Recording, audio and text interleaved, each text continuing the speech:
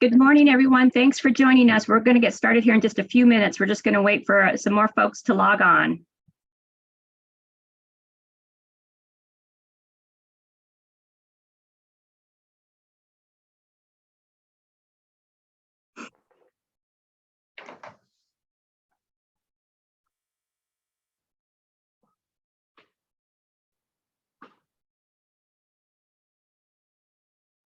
Good morning, everybody. We will get started here in just a couple of minutes. We just want to make sure everybody got logged in.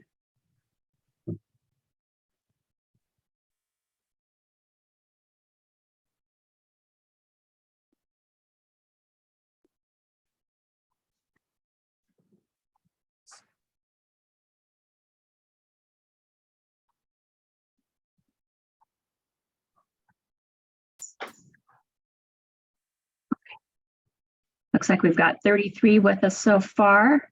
Maybe just one more minute. We had a really good turnout today, so we appreciate that.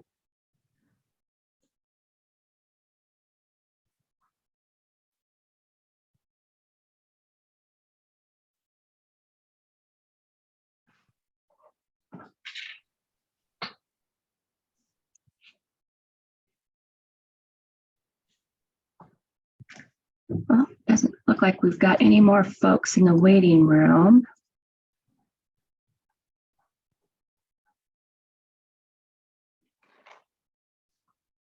Okay, well, I think we'll go ahead and get started.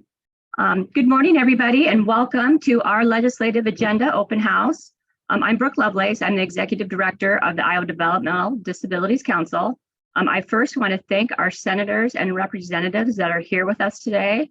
We know that your time is very valuable as you're preparing for the 2023 session that's just around the corner, hard to believe. Also with us today are our DD Council members who represent Iowans with disabilities, family members of people with disabilities, and our state agency partners. They likely are the ones that invited you to our legislative open house today. In addition, we also have advocates and family members with lived experience that are here to share their story. Unfortunately, because our time is short today, we're not going to be able to introduce everybody, but we hope that we'll have some time here towards the end for there to be questions and discussions, and then when people are speaking there, they can definitely introduce themselves. For our seasoned legislators, we do want to thank you for all your hard work for the disability community last year. Just to mention a few things, for taking more people off the intellectual disability waiting list, for increasing wages for our direct support professionals, and establishing a better screening for newborns to identify genetic conditions at birth. So again, thank you for all your efforts this past year. There's obviously more work to do, which is what today is about. And for our new legislators joining us today, we do want you to know that the DD Council is here to be a resource to you as you consider disability policies over the session. I do now want to turn it over to Carlin, our DD Council's Public Policy Manager. She'll be a face that you'll see this year up at the Capitol. She'll share with you our legislative agenda, and then we'll have our advocates share their stories about their lived experience. Carlin, do you want to take over? Thank you, Brooke, and thank you everyone for joining us this morning. We're really thrilled to have you participating in our virtual open house. I wish we were all meeting in person, but this gives us, our members and all of you, more accessibility to meet, especially ahead of the session. I will put a plug in right now because I might forget at the end for our legislative breakfast, which will be February 1st. So hopefully we'll see you all again at the Capitol. As Brooke said, I'm the public policy manager for the DD Council. I am new to this position as of just a few short weeks. So I'm going to be able to relate to those of you who are new to your legislative positions. And I hope that you will find us a resource for you and vice versa. And I look forward to meeting all of you in person. Even though I'm new to my position here at the DD Council, I'm not new. The DD Council is not new to me, I should say. I worked for the Spina Bifida Association of Iowa for 7 years as the executive director, and the DD Council helped provide us support for our advocacy initiatives with training, with helping our advocates learn how to reach out to their legislators. So I've been involved with the council and we have supported their agenda in my previous work. And also I'm the mother of a young adult son who has developmental disabilities. So I'm very aware and grateful for what the council and what the legislature has done already for people with disabilities in Iowa. So again, I want to welcome you all. And you know, we're here today because we know that there's more that needs to be done. And so we want to share with you our requests for action today, our ideas, and our reasons that we believe that there's needed change. And we want to do this today through the stories of the people who are impacted personally. And many of them are members of our council and our advocates who are with us today, who are going to share their stories as we share our agenda with you. If we could move on to the list of our top issues, I'll just show you a brief kind of overview of our top 3 issues, and then we'll go into a little bit more detail and do that with the help of our council members and advocates who are going to tell their stories. You may have already seen our legislative agenda. We did send it to you electronically. We have print versions too, and if you would like to get one of those, I'd be happy to deliver one of those to you next week at the Capitol. So there's more details in there, and there's also the stories of our advocates in that publication and in your online publication. But there's nothing like hearing directly from people, from Iowans who are impacted, and that's what we are here to do today. So without further ado, let's move into our first issue, which is to fully fund healthcare services and community-based supports to address the workforce crisis in both rural and urban areas of the state. And I'm sure this is not an issue or something that is new to any of you, even those of us who are new to some of these issues. The workforce crisis is having a huge impact on people with disabilities due to the severe shortage of direct support professionals.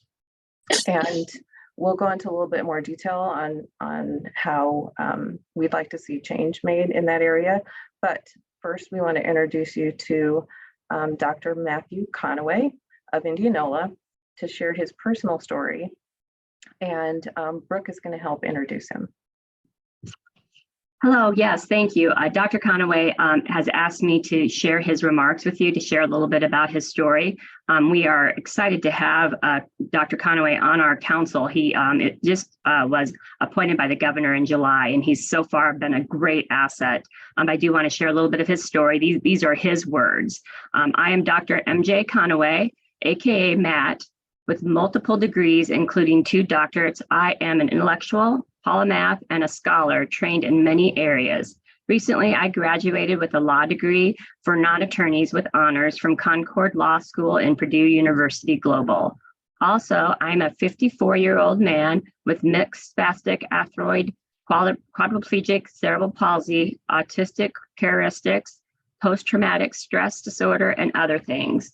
Despite having dysarthric speech, I am bilingual in English and in German. I type very fast with my mouth stick.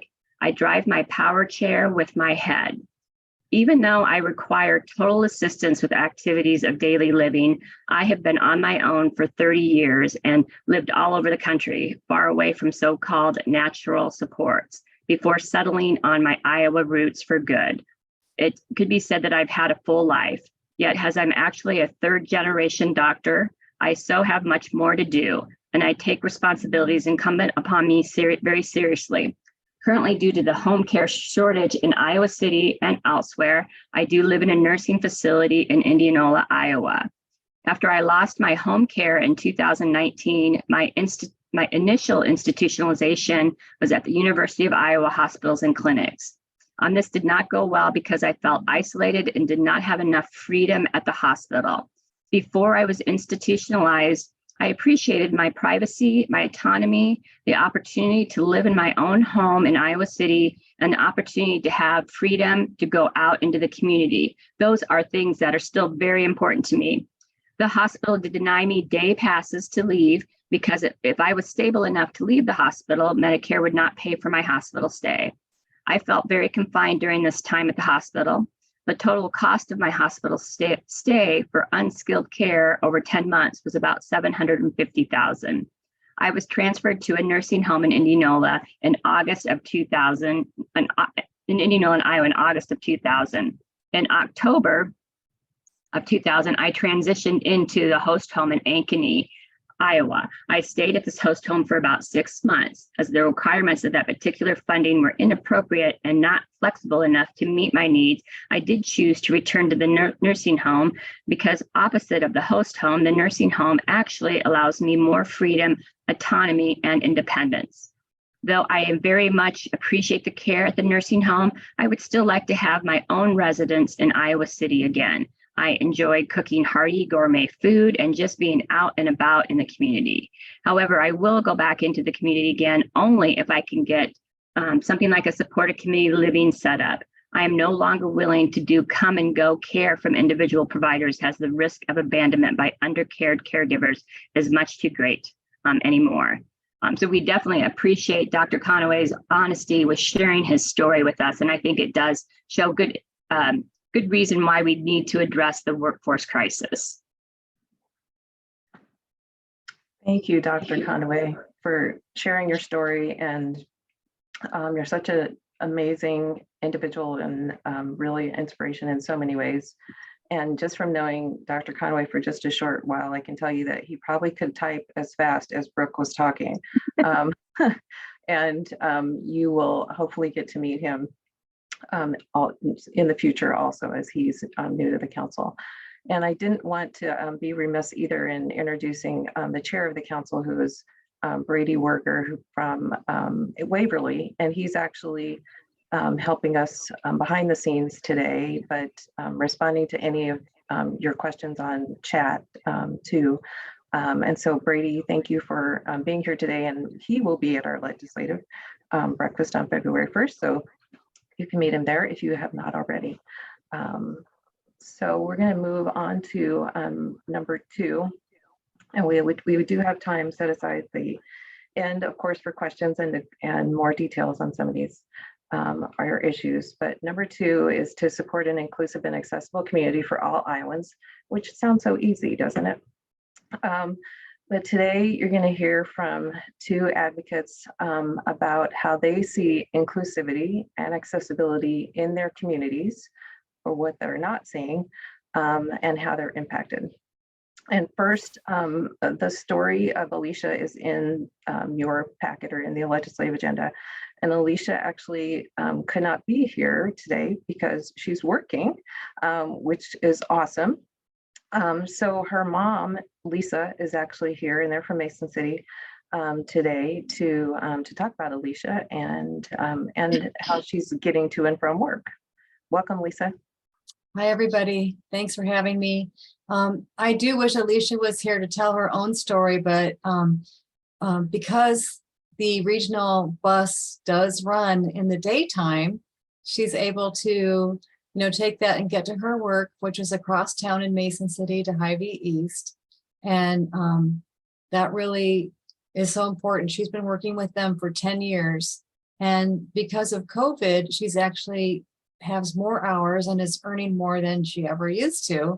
And it's so important for her to have transportation to work. And we see up here that every employer in the area is looking for workers, and maybe more of those positions could be filled if our regional transit hadn't recently changed their rules and cut off all their evening hours.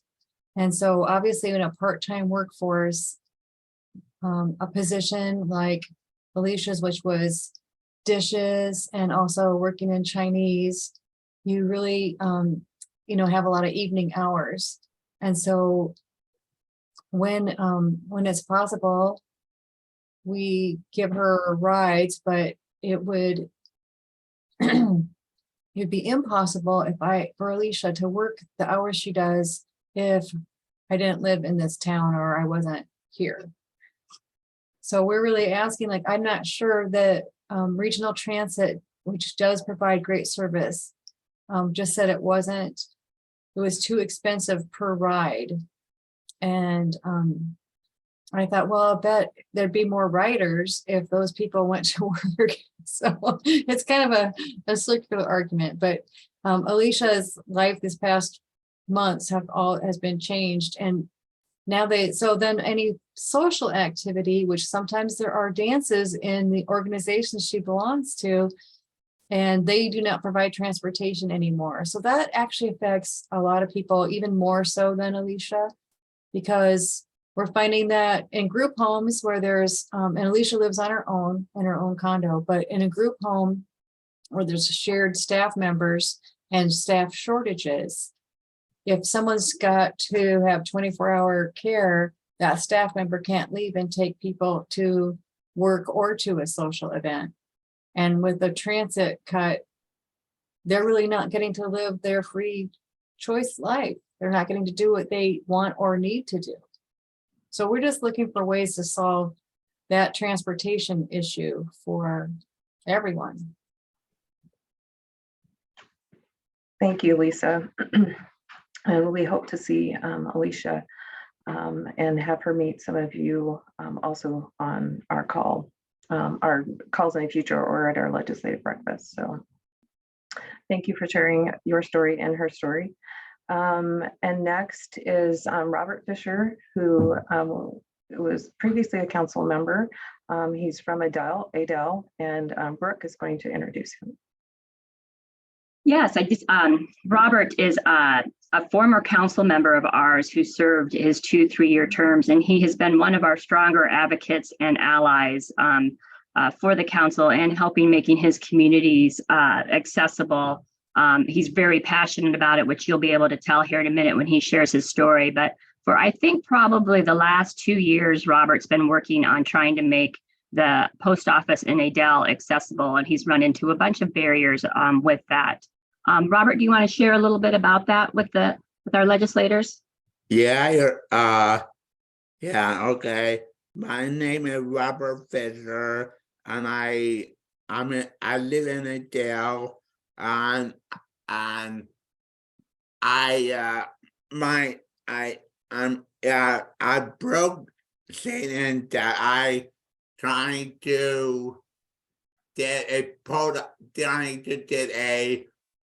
button, aka handicap button at the wall of the post office, and I'm in the middle of doing that work for Michael, Iowa Civil Rights Commission. He has been helping me with file complaint against the owner of the post office, and it taken me. I am sick and tired. I have enough because I cannot talk.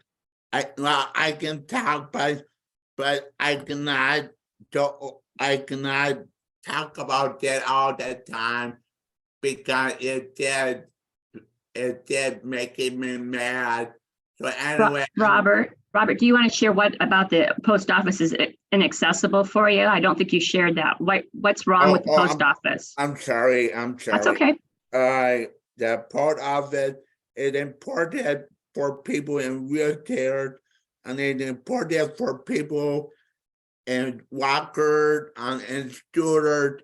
And every time when I want to go to the post office, I have to go to parking lot to have them open the door, and it's convenient for people in wheelchair to do that inside of the post office. Yes, and Robert has been fighting this for a while, and their response is that, well, it's ADA compliant, but even if that's the case, Robert and other folks that use a wheelchair need assistance to get in the door. The door does not work for him. The ADA did come out 30 years ago and might need to be updated because it is not an accessible platform anymore for Robert to get into the post office. Yeah, I've been, and they interview me, WOI interview me, WHO interview me, and now I emailed the investigator. He's from KCCI, and he's going to come and interview me about the port office. And the lawyer, my mama, the lawyer, I contacted the attorney, not the lawyer, the attorney, and they told me to recommend me to contact the disability right Iowa to handle that. And I'm going to contact them right when I get off the phone with you guys. Great. Thank you, Robert, for sharing that. And Robert has had some success, though. He did work with the Adel City Council on getting some sidewalks there accessible a few years back. So we do appreciate Robert's passion because he does get things done. So Robert, thank you for sharing that. You're welcome. Thank you, Robert, for sharing your story, and Lisa too. And Robert, I hope you have success soon. You've been doing this diligently, and as we all know, change is slow sometimes, when sometimes baby steps are big progress. So we have to have patience, and sometimes patience is hard to come by when we're talking about accessibility and feeling like you're included and have an accessible community. So, and speaking of patients, we're going to move on to number 3, which our third issue is to reduce and eliminate all home and community-based services waiting lists. And this is referring to the waiting lists for Medicaid waiver programs in Iowa. And currently there are 17,000 Iowans who are on waiting lists, waiting to get the services that they need to live and thrive in their community. And some of them have been waiting for years to get on a waiver, which could help provide the supports that they need to be able to thrive and also do things like get to work or participate, fully in their community. And we have 2 people to speak with us about that today. A council member, Mark Smith from Bettendorf, is going to talk about his son, Peter, and their success being on a waiver program. Mark, welcome. Thank you. Yes, Mark Smith from Bettendorf, Iowa. And I wanted to share a little bit about Peter Smith, my son's story. He's 34 years old and has a very positive life. And a lot of that has to do with our support for years with waiver services. When Peter was young, he really needed 24/7 care. He's a young man with autism and a number of other related issues. And waiver services was able to help him learn basic skills when he was younger, for example, brushing his teeth, and he continues to work on skills. Now he's working on his skills with his iPhone and making a grilled cheese sandwich. He makes a grilled cheese sandwich better than I do. He really has gained a lot from these caregivers sharing different skills. He's a great artist. You can see a picture of one of his pieces of art right here. Waiver services help provide transportation so that he could get to art classes. He is a part-time worker at a technology business, Fiddler Technology, in our community. And he's a real contributor. They get special contracts just for Peter's special sets of skills. So he's helping them make money we're really pleased. He loves his fiddler friends. So that's tremendous. It's really helped Peter Waiver Services grow over these years and contribute to his community and be independent. Now, also Waiver Services really helps the family. So when Peter required so much care, it gave us a little break so that we could spend time as a family with our other son, as a couple, my wife and I, so we could get a little break and then provide the care that Peter needed. And I really think the outcomes have been pretty great. My wife is a third grade teacher, and she's one of those teachers that students say, she's the one, she's my favorite teacher. She was the most impactful teacher. Well, I don't think it would have happened without the support of Waiver Services so she could focus on her job. We have another son, and he had support with Waiver Services so we could have time with him, and he went to Iowa State, DMU, Des Moines University, and he's a physician's assistant. So I think these supports have kind of shown those are pretty great outcomes, I think. And I think the 17,000 people who are waiting, they could probably make contributions as the individuals being served with disabilities, but also the family members being supported so they can do their daily work at home and at work and really contribute. So I want to take this opportunity to thank all the legislators for helping providing these things for the Smith family over all these years, 25 plus years, and the taxpayers that helped make that happen. I think it was a good investment, and it's really made a difference. Brooke.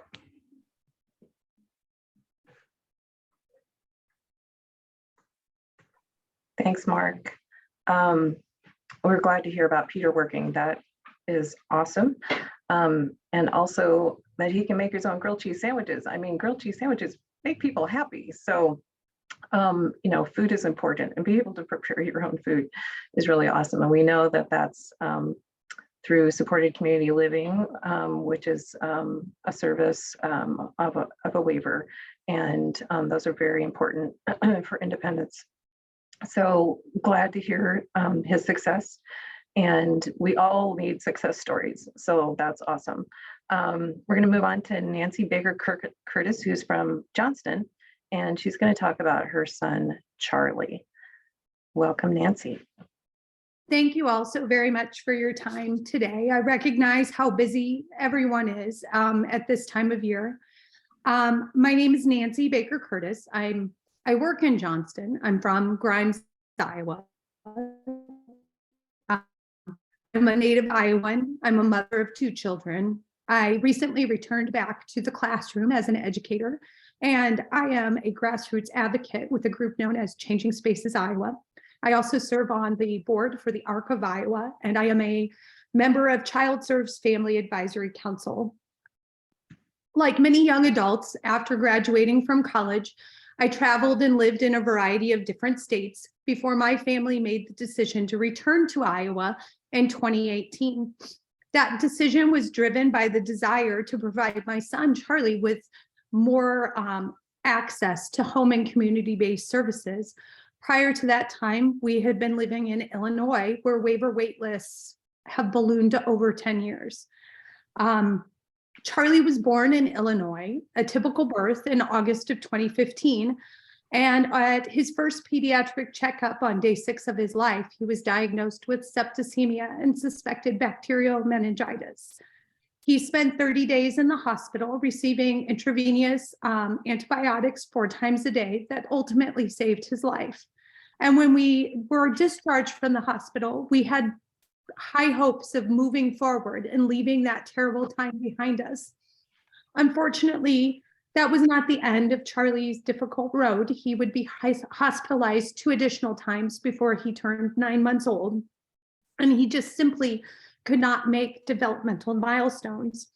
I called early intervention at around 9 months old, and Charlie was screened and qualified for numerous services.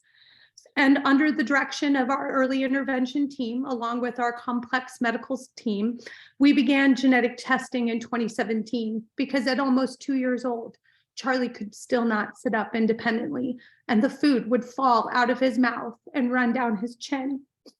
Charlie was diagnosed with something that's called a variant of uncertain significance, in addition to global developmental delays, hypotonia, microcephaly, mixed expressive receptive language disorder, oral motor dysphagia, and exotropia. The combination of these diagnoses really create the reality that Charlie has both physical and intellectual disabilities that impact every aspect of his life.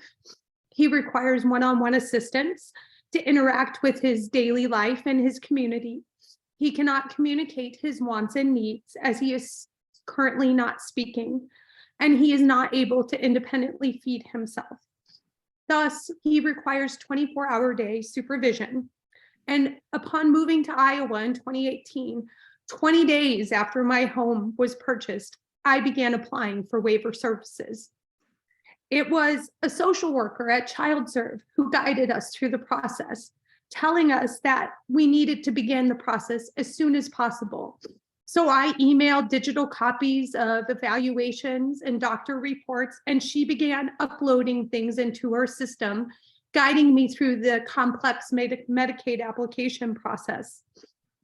She warned that it would take years for our family to qualify, quoting 2 to 3. Unfortunately, the wait was much longer, and we received our spot on the waiver 3 years and 10 months after applying.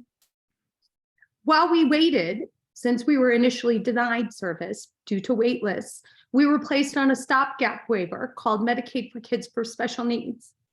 And I cannot thank you enough as legislators for funding programs such as Medicaid for Kids with Special Needs. It is a stopgap measure that serves as an important secondary wraparound insurance for our family. See, our private insurance has a limit on the number of therapy sessions that Charlie can receive each month. And that limit for just physical therapy and occupational therapy is at 30 combined treatments. Charlie is the platinum package when it comes to services. He requires not only occupational and physical therapy, he also requires feeding, speech therapy, durable medical equipment such as ankle foot orthotics, and a wheelchair. And without this wraparound secondary coverage, our family would not be able to provide Charlie with what he needs. This wraparound support also enabled him to complete 3 therapeutic intensive sessions with his physical therapist that got Charlie from rolling and scooching to crawling. And today, Charlie is on the cusp of independent ambulation. This support system has been such an important thing for our family because it has alleviated a huge financial burden that we simply cannot bear. Every year we meet our max out-of-pocket expenses. Every year we meet our deductible. Iowa is my native state. It is a wonderful place to raise a family, but I frequently find myself jumping through hoops and in a desperate search to find resources, grants, and specialized programs to allow my son to continue to grow and thrive. Today, Charlie is 7 years old, and we recently received our spot on the health and disability waiver. When I got the letter in the mail, I remember thinking, finally, this is my golden ticket. But what I've quickly realized is that the services on the health and disability waiver are not the most appropriate for my son. They provide him with case management and respite. Those are services that are not available through Medicaid for Kids with Special Needs. However, my family continues to be challenged to actually find people willing to do the respite role. Charlie would be better served by the intellectual disability waiver, which provides supports like supported community living. Those would be skills that would teach him how to feed himself, dress himself, brush his teeth. But we're still waiting on that wait list, and we have been waiting for 2 years. We have approximately 2 to 3 more years wait. During the time that we have waited for services, I have not been able to work. I was forced to leave my job when I was at my maximum income earning potential because the daycares in our area simply could not provide staffing to support Charlie in that environment. While I returned to work recently for the first time in 5 years, I am unable to work on a full-time basis. The cost of caring for a disabled child is very great. Specialized equipment, food. My husband and I worry greatly. We worry about long-term financial planning for Charlie. We worry about being able to care for him physically as parents that are older. We worry about long-term financial planning for ourselves. Upon meeting Charlie, no one would argue that he is complex, disabled, and requires support services. Most 7-year-olds can independently use the restroom, feed themselves, walk, and speak. Charlie cannot do these things yet. But with support and services, he is able to accomplish many tasks. Ongoing access to therapy and the home and community-based services ultimately improve the quality of Charlie's life. And with those supports, Charlie is making gains, but they have come at a great cost. As an educator, I never have said to my students who require help and support and specialized instruction, I'm sorry, my list for helping students is full. You're going to have to wait. And as a middle school teacher who has students for only 2 years, I would never expect them to then arrive at high school and say, here's your waiting list for extra help. But yet we do that to Iowans with disabilities year after year. We know that with specialized supports, students and people with disabilities grow and thrive. The best practice is to intervene early. And Iowans with disabilities, like my son Charlie, should not be expected to wait. Thank you for your time. Thank you, Nancy. Thank you for that very heartfelt story and explanation. It's very helpful to see all that, hear all that detail and hear what you're going through. And we're sorry for what you're going through, but thank you for explaining it so well and pointing out that Charlie can achieve success with the right supports. And to the others on this call who have pointed that out, Mark's son, and progress is being made, but there's more to be done. And we are hoping to partner with our other partners and legislators in making that positive change for Iowans. So as we move forward and talk about our call to action, I'll just point out that, because I feel like I've been talking too much and we want to hear from everybody else on the call, that in the legislative agenda, there's details on each of these issues and our call to action ideas. These are call to action ideas, requests, and some of them are probably ideas you've heard before, and some of them we hope are innovative and get us thinking about different ways to make the changes happen that need to be made. Nancy mentioned the stopgap measure that might help people who are waiting to get on a waiver program, at least bring some services that bridge the gap. And there hasn't always been waiting lists for Medicaid waivers. So we know that we have served well in the past, and we're in a bad crunch time right now. So we need innovative ideas.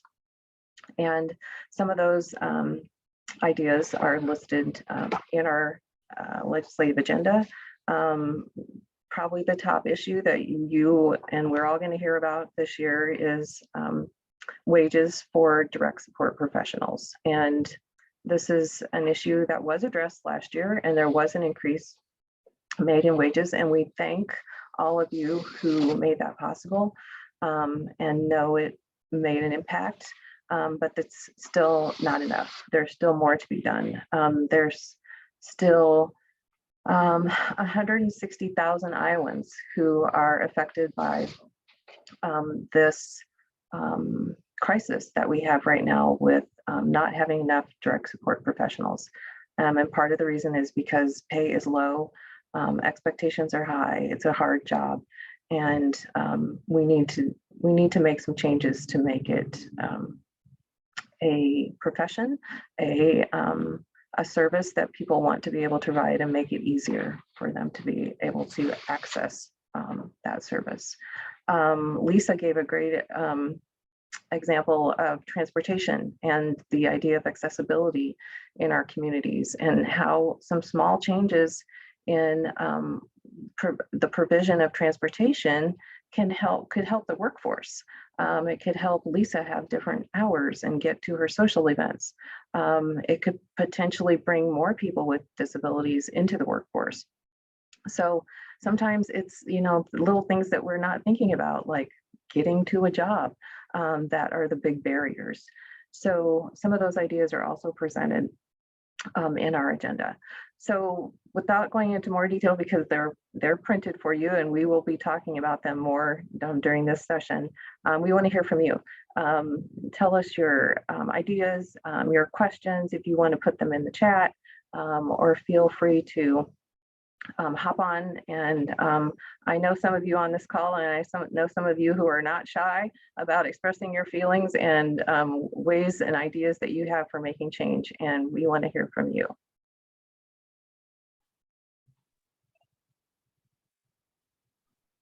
Are we opening it up now to questions from our legislators in Garland?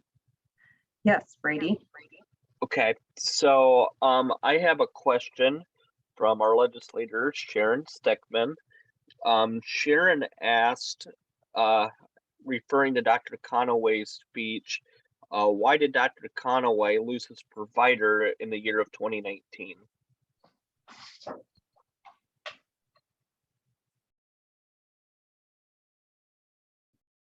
And I'm just looking to see, I think He did answer it.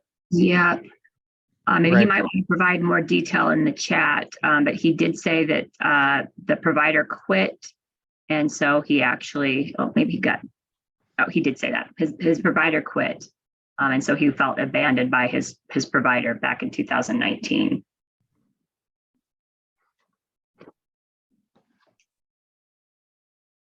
As Carlin said, I know you guys aren't shy. Did any of our legislators have any comments they'd like to make?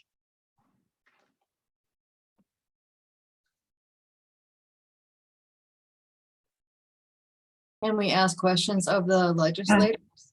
Yeah, Representative Turek just did raise his hand, it looked like. Yeah, hello, everyone. Representative-elect Josh Turek. I just want to say, as a member of the disabled community, going in here to represent you all, I feel an enormous responsibility to this group.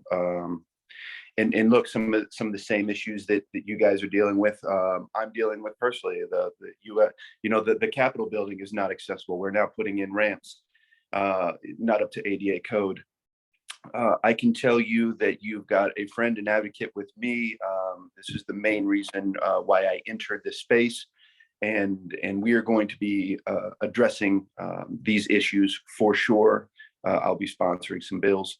I will be on the Health and Human Services Committee and Human Relations Committee. So I am very, very proud to be representing the 15% of Americans and Iowans here that have disabilities. And so I just want to say thank you all for the time, and anyone out there, especially, you disabled members, if you have any issues or concerns, please contact me, or any ideas, because we'll be putting them forth.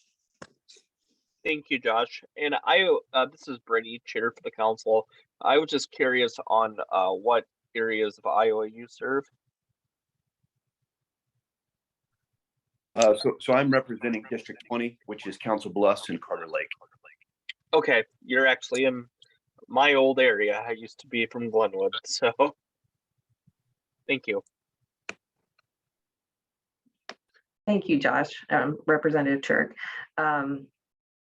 Thank you for speaking up, and thank you for being willing to serve Iowa and Iowans, your district, and all Iowans with disabilities, and raising your voice for them. We look forward to working with you. I had the privilege of working with Josh through the Spina Bifida Association, and he was an inspiration to so many of our young people, especially those interested in sports, because he's a star Paralympic wheelchair basketball player. So he's a great influence, and we look forward to the influence that you may have on Iowa through the legislature. So thank you. Yeah, may I say something or not? Broke. Did you have a question, Robert? I don't have a question, but I do want to let you know that Sarah is on the call if Sarah have a question. Yeah, actually, we have a couple in chat. I don't know if you're seeing them, but some really good ones. Okay, here.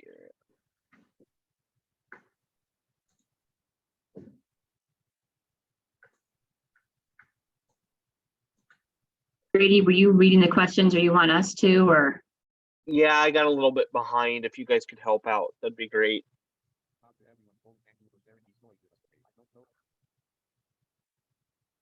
Okay, let me jump. Oh, go ahead. I can jump in here. I might be reading backwards here, so I'm not skipping over people, but I'll try and get to the ones I can see. So Senator Tron Garriott asked, income limits seem to be a real barrier for families and people with disabilities. How often are those limits adjusted? So I hope it's okay if I respond. When my family was placed on the waiver wait list, initially we were denied service because there weren't any available spots. And then we were offered that stopgap measure, Medicaid for kids with special needs. As a family of 4, we had to have a combined income of under $60,000 a year. So that just kind of gives you an idea of what some of those income limits are. It's incredibly challenging to exist in today's society as a family of 4 and survive under $60,000 a year. I know to qualify for the health and disability waiver, we have to be a family of 4 under, I believe it's $95,000 a year. And again, these income limits do need, as you've noted, Senator Garriott, need to be adjusted because they're not adjusted with inflation and the increases in cost of daily living expenses for things like food and gasoline. My family is one of the lucky ones where we live very close to our supports here in our communities, my kids' school, my job, even our therapy clinic. Which is a mere 12-minute drive away. But I know many Iowans that drive an hour and a half multiple times a week one way to take their children to their necessary therapeutic appointments, and other Iowans who actually have to leave the state in order to receive their medical services because they're simply not available in their area. Thank you. Thank you. Thank you. And do we still have Paula on? Paula might be able to answer that next question about the income limit set. Sorry, Paula, I didn't mean to put you on the spot. No, and that's okay. And I really apologize. I'm Paula Motzinger. I'm the Bureau Chief of Long-Term Services and Supports Policy Bureau for Iowa Medicaid. And that is actually under a separate bureau under eligibility, but I can get back to you, Brooke, with a response for that. And I can make sure that you have an opportunity to share that with the group. Thanks, Paula.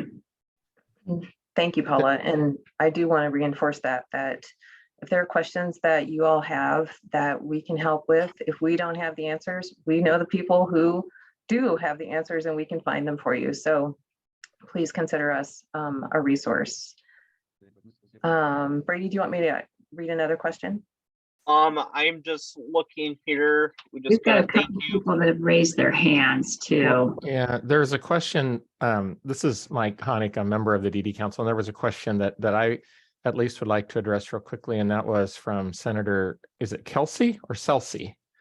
Celsi. Celsi, about thanking us for what we do and asking if we're working with Republicans to introduce legislation. And I feel very strongly about our bipartisanship within the council.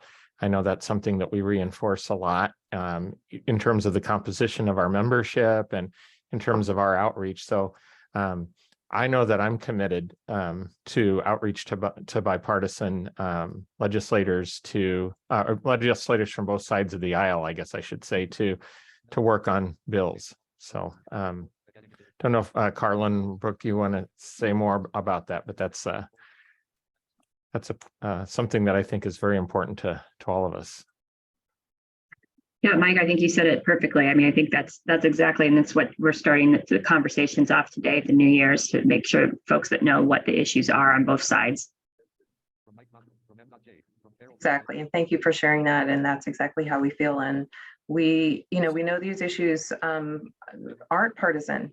Perhaps the ideas of how to make change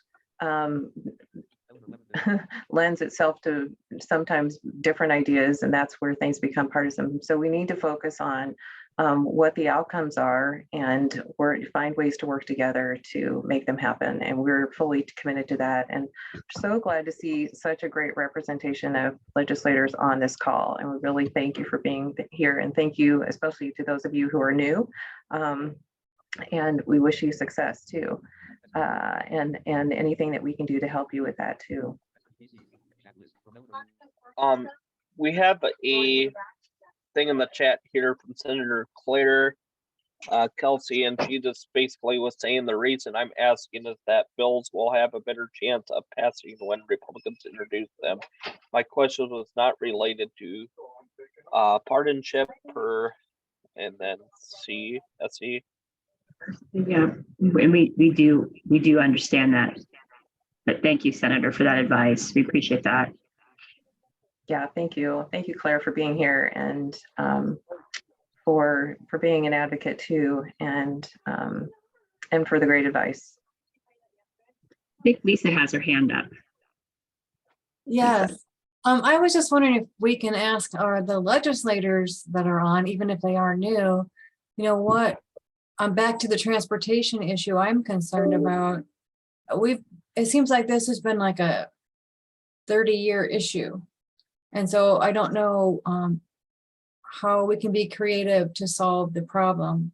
And I know, like, if we're trying to, maybe there are people with disabilities that are able to drive that could be subsidized to do a taxi service, or I don't know why, if the ridership was better, maybe it'd be lower cost per person.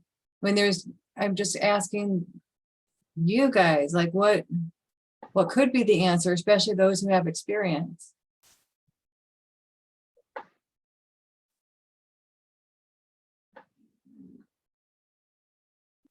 Thank you, Lisa.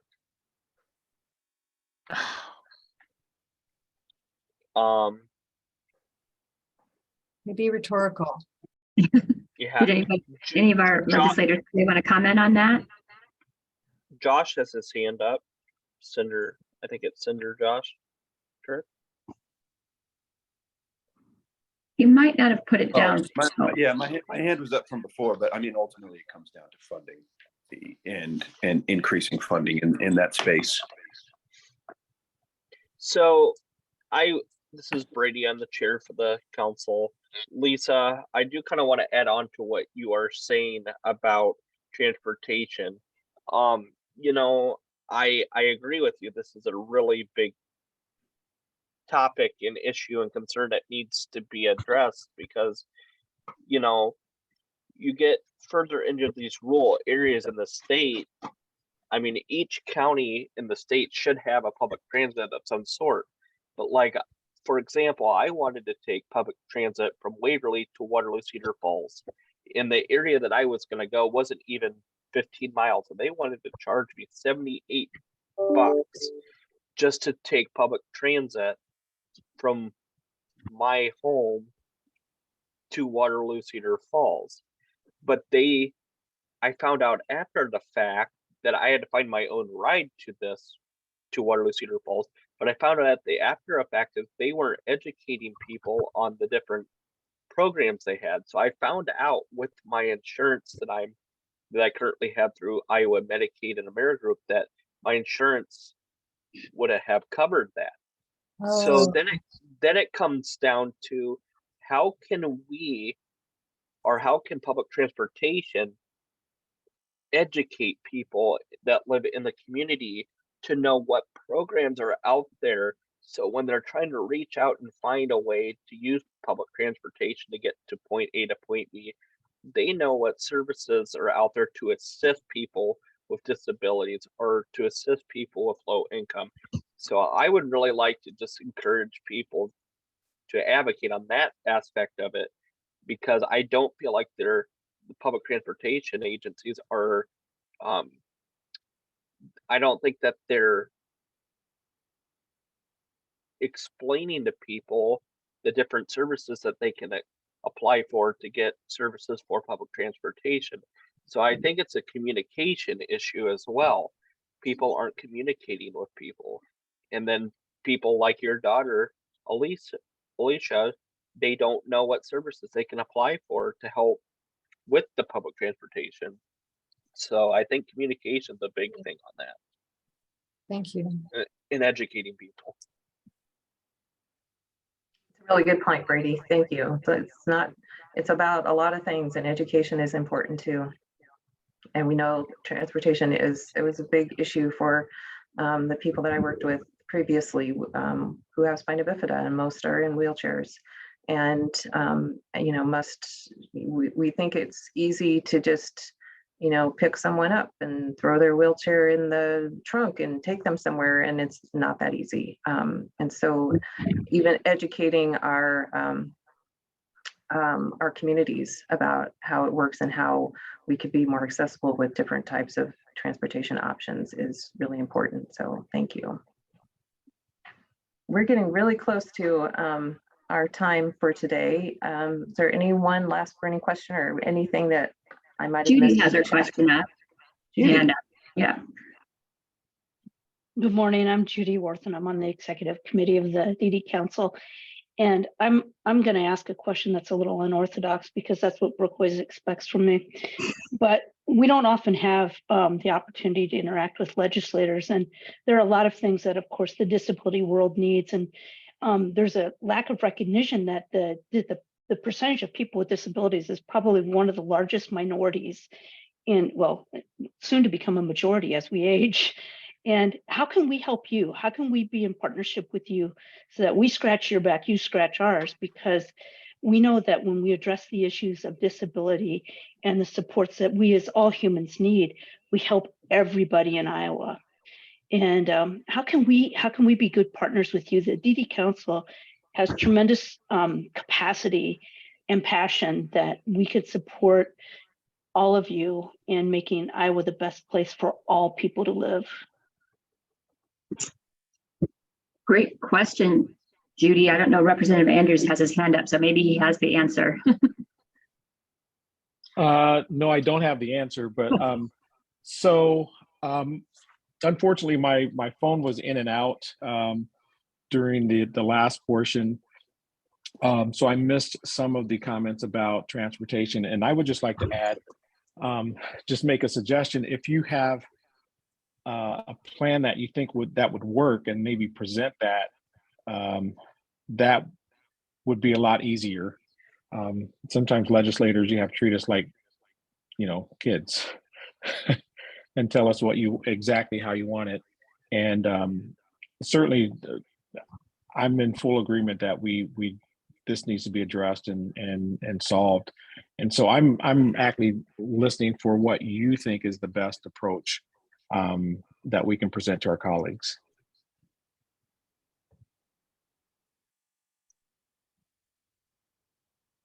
It looks like Representative Stickman has her hand up. Thank you. I would agree with Eddie. I'm not on human resources, but this waiting list is appalling. 17,000 people waiting for year after year for help. I mean, what I'm wondering is the limit set on income, is that federally set, or does the state set that? The state sets that? We have our DHS representative from I should say our representative from Medicaid on for and she's going to get back to us on that. Our belief is that it might be federal, but I think there might be some state limits that can be adjusted, but we instead of us incorrectly answering that for you, Paula's going to get back to us on that question. All right, well, And we'll get that to you. right. I just feel like I would like to know what we can do for you. If you give us some definite way forward to fix some of these problems, you know, like the transportation, I'm sure that involves resources, not just workforce, but money. Those are the things that I would like to know too. I appreciate this forum, being able to listen to the issues, and then I would like some real ideas from you on how you would solve those. Thank you. Brooke, can I share one component, because it sounded like there were a couple of questions. There was a comment on the wait list, and we do have, you know, close to 18,000 individuals that are on our waiver wait list. But our wait lists are, we have to have appropriations to be able to buy down the wait list. We have a fiscal cap on each one of those, on the waivers that have wait lists. And so without additional appropriation, we can't release additional slots for those wait lists. And on top of that, we do have ongoing concerns, as many people have talked about today, about the workforce shortages. So oftentimes we do release the slots, and so people are able to get the waivers that are appropriate for them. However, there aren't people in the workforce to be able to support them. So we have some additional issues there. Thanks, Brooke, for giving me a moment to talk about that.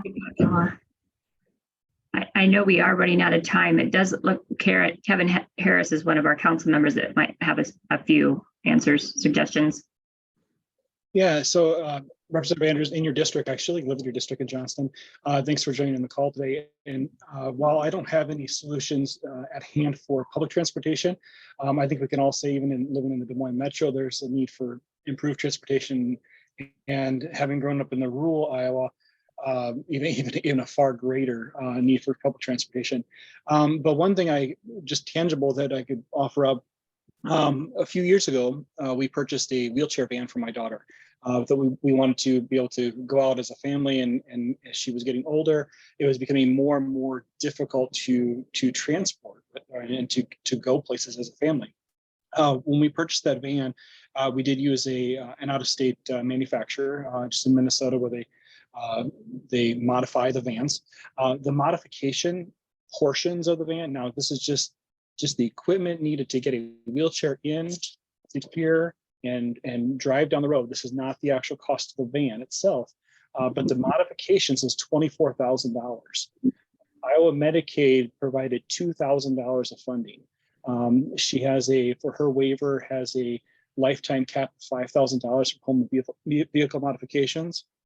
And of that, we applied for the entire $5,000, thinking, well, we're going to use it, we might as well use it, knowing that we were going to use her lifetime cap, but we were approved for $2,000. That manufacturer actually told us that was the lowest amount they'd ever seen come from a state funding source. So I think that's an opportunity right there to, one, increase the lifetime caps, and two, try to provide additional funding to actually cover the cost of some of those modifications. While we certainly appreciate the $2,000, it absolutely helped, but would have been very helpful to have a little bit more funding there available, because obviously as that equipment ages, we will have to replace in years to come, and we'll be looking at in a few years to probably have to go through that process again. Thanks for joining.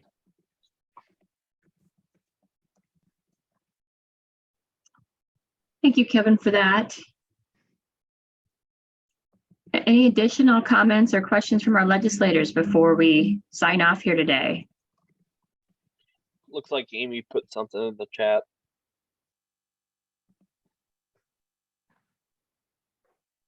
Amy, you just want to read that, or you want us to read it, or you just?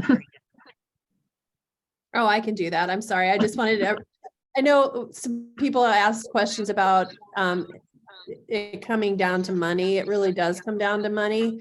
And I think that we can all see the benefits that you see when somebody's able to be maintained living in their own homes. But I did want to give a plug to Iowa Health and Human Services Department. They're doing a lot of work to modernize the waiver system. And I think that there's probably, I don't know if it's this year or next year, but there will be some suggestions coming from them. And I hope we can all support them, because I think we haven't really looked at our waiver system for decades. And I think it's well past time. And I think the work they're doing is really going to help streamline services so people get what they need. And that it's not based on diagnosis. So hopefully we've got some good things coming down the pike here. And then, thank you. And then one quick thing that came to the chat from Senator Claire Kelsey just says, before your legislative breakfast event, please make sure that you dispute specific legislative priorities to all legislators and meet with HHS committee members personally if possible. Thanks, Senator. I think we want to distribute, not dispute, right? Yeah, I might even read that wrong. Thank you, Mike. So I believe we are wrapping it up for today. But I just wanted to thank everybody today for attending. And I wanted to do a special thank you to all of our legislators that took the time out of their busy schedule and day to participate with us today. We had a lot of great topics, and you know, the advocates, the more that we reach out to you guys, the more that can be done on a statewide level to make change for people with low income or people that are living everyday lives with disabilities. So thanks again, and everybody have a great day. Thanks, Brady, and I'll ditto Brady and thank everybody for attending, and we look forward to working with you this session and beyond. And I'll let Brooke wrap up. And I do appreciate the suggestions that we have on how we can continue doing our advocacy. And the session's going to go quickly, so we're going to be busy in January trying to get some suggestions out to you guys on policies that need to be addressed. So, but again, thanks everybody for your time, and we'll see hopefully most of you at our breakfast, if not before. But take care.